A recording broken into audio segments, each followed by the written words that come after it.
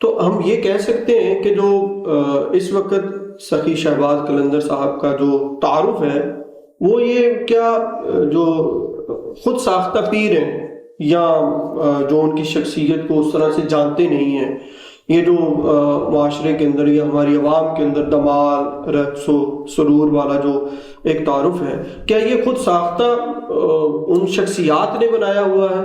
نہیں، اس میں تھوڑا سا ہمیں توجہ دینی پڑے گی.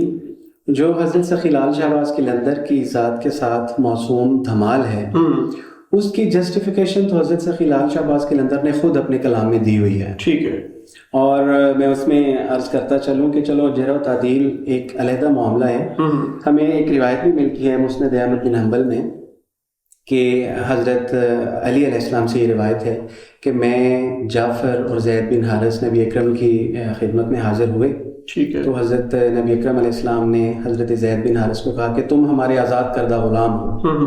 تو انہوں نے ایک ٹانگ پر ناچنا شروع کر دیا، ایک ٹانگ پر اچھلنا شروع کر دیا اور حضرت نبی اکرم کے گرد چکر لگانا شروع کر دیا. بعد میں آپ نے حضرت جعفر کو کہا کہ جعفر تم اسبہ میں، کلام اور گفتگو میں، تم گفتار میں سب سے زیادہ میرے مشابہ ہو. ٹھیک ہے. تو حضرت علی کہتے ہیں کہ حضرت جعفر نے حضرت زید کے پیچھے بھی یوں ہی ایک ٹانگ پر اچھلنا شروع کر دیا. ٹھیک ہے. بعد ازاں نبی اکرم مجھ سے مخاطب ہوئے اور انہوں نے کہا کہ علی تم مجھ سے اور میں تم سے ہوں. اور جب میں نے یہ فکرہ سنا تو میں بھی زید اور جعفر کے پیچھے ایک ٹانگ پر اچھلنا شروع کر دیا. اب اس پہ بات کی جا سکتی ہے، تو ہم دیکھتے یہ ہیں کہ حضرت سخی لال شہباز قلندر نے دھمال کے متعلق خود کیا جسٹیفیکیشن پیش کی ہے. حضرت سخی لال شہباز اپنی دھمال کے متعلق بڑا ایک خوبصورت ان کے اشعار ہیں.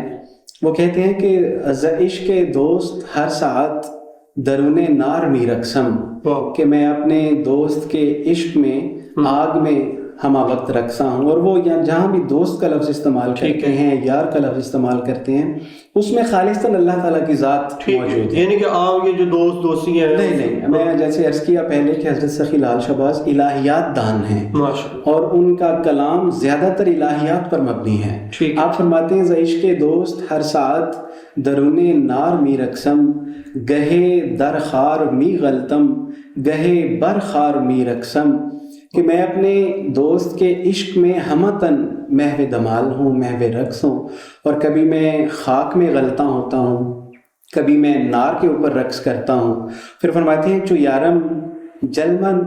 یارم جلوہ نمایت مرا مدہوش می سازد، نمی دانم کے آخر چوں دم دیدار می رقصم، کہ میں جب اپنے یار کے جلوے کو دیکھتا ہوں، نمی دانم کہ چوں دم دیدار بھی رقصم، نمی دانم کے آخر چوں دم دیدار بھی رقصم.